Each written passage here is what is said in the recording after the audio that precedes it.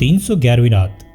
جب 311ویں رات ہوئی تو شہرزاد نے کہا کہ اے میرے آقا، اگر تو اجازت دے تو میں تجھے 3 جنازوں کے قصے سے بھی عجیب و غریب قصہ سناؤں جو عاشق و معشوق کے ایک ساتھ جان دینے کے متعلق ہے۔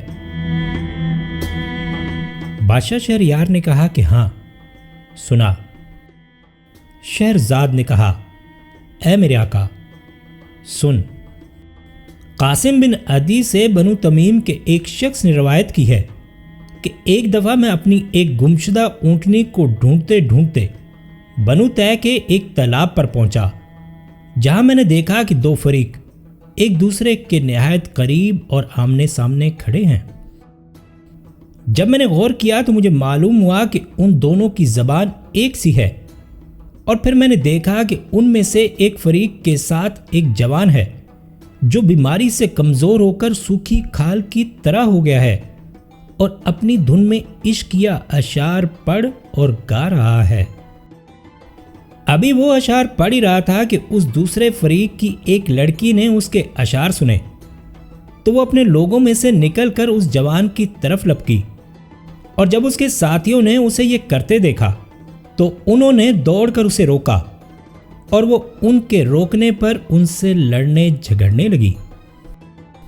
اب جب اس جوان نے یہ دیکھا کہ وہ لڑکی رک گئی ہے اور اس کے گروہ والے اسے اس کے پاس نہیں آنے دے رہے، تو اس نے اس کی طرف دوڑ لگا دی، مگر اس جوان کے گروہ والوں نے لپک کر اسے بھی پکڑ لیا۔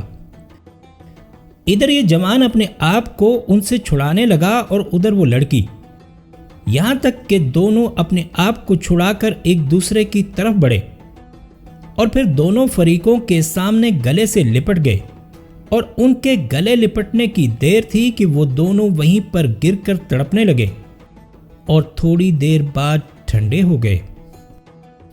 اب اس لڑکی کے گروہ کے خیموں میں سے ایک بوڑھا نکلا اور ان دونوں کے پاس کھڑے ہو کر اس نے کہا انا للہ و انا الیہ راجعون، اور پھر زور زور سے رونے لگا اور بولا خدا تم دونوں پر رحم کرے، خدا کی قسم تم زندگی میں ایک ساتھ نہ ہو سکے، لیکن مرنے کے بعد میں تم دونوں کو ضرور ملا دوں گا۔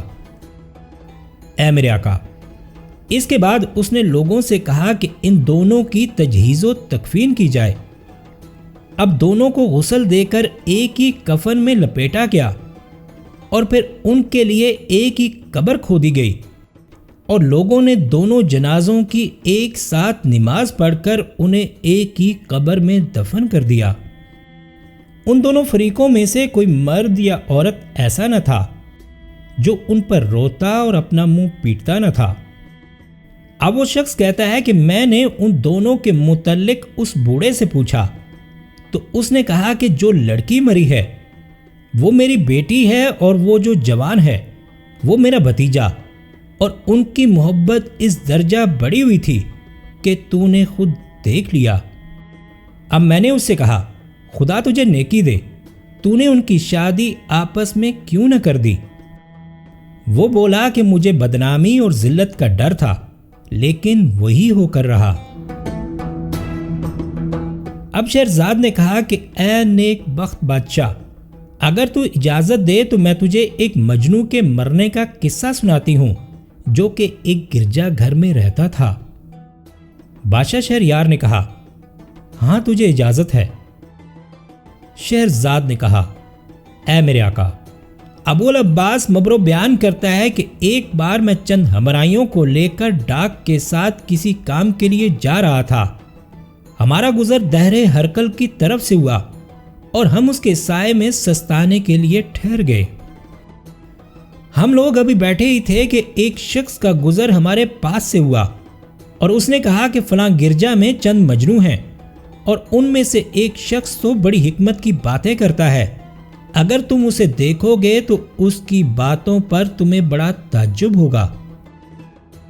جب ہم نے اس شخص کی باتیں سنی تو ہمیں بڑا تعجب ہوا، اور پھر ہم سب اٹھ کر گرجا میں گئے، اور وہاں ہم نے دیکھا کہ ایک شخص سر کھولے ایک کمرے میں بوریے پر بیٹھا ہوا ہے، اور اس کا چہرہ دیوار کی طرف ہے، اور وہ مسلسل اسے دیکھ رہا ہے۔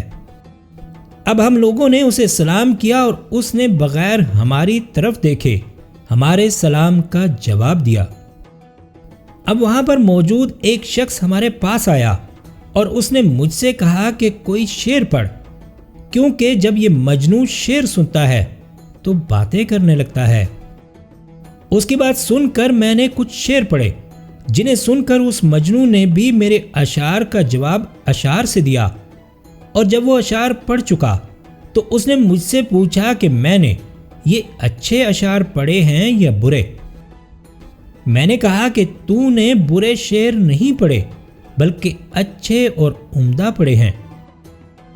جب اس نے میری بات سنی تو اس نے اپنا ہاتھ ایک پتھر کی طرف بڑھایا جو اس کے قریب پڑا ہوا تھا اور اسے اٹھا لیا۔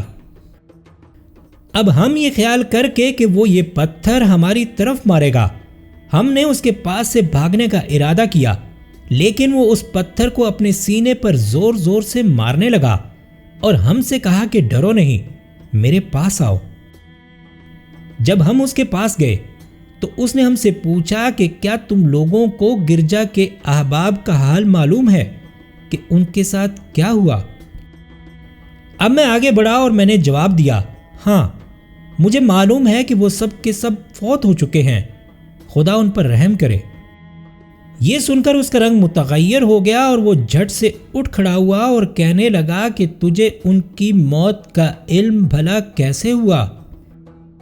میں نے جواب دیا کہ اے میرے بھائی، اگر وہ زندہ ہوتے تو کم از کم تجھے اس طرح اس حالت میں نہ چھوڑتے۔ وہ بولا واللہ تو سچ کہتا ہے، اب ان کے بعد میں بھی زندہ رہنا نہیں چاہتا۔ یہ کہہ کر وہ کانپنے لگا اور منہ کے بل گر پڑا۔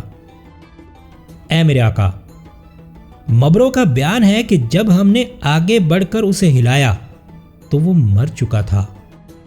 اب شہرزاد کو صبح ہوتی دکھائی دی اور اس نے یہ کہانی بند کر دی۔